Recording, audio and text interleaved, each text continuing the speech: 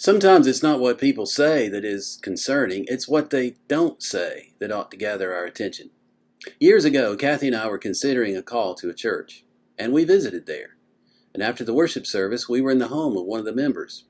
And he was a wonderful man who talked about a lot of things going on in a lot of places. One thing he didn't talk about, however, or at least he said very little about it, was his own local church, the one we were considering. He said next to nothing about what was happening there and how it was contributing to his own spiritual life.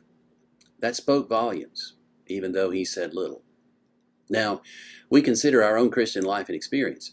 There are a lot of people today who say a lot of things. After all, here I am on Facebook trying to say something, so I'm joining the crowd, right? A lot of people are wonderfully gifted speakers, and they're saying things that could be helpful to us in many ways, things with which we would disagree very little. But we got to ask ourselves the question, what is the main focus of their ministry? And what is it that they're really talking about? And what are they not saying?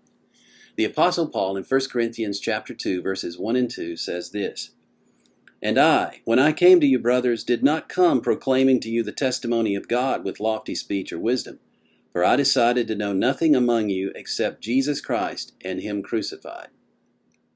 Now, whatever else that may mean, what we know is that Jesus Christ and Him crucified was the priority in the ministry of the Apostle Paul, as it was in the ministry of all the apostles, those who were directly sent out by Jesus Christ. He must be front and center. His atoning work on the cross must be at the heart of any true Christian ministry. And if it's absent, maybe you should make yourself absent from that person's audience as well. Something to think about, because it's not always what people say, it's what they don't say that ought to get our attention. May God bless you.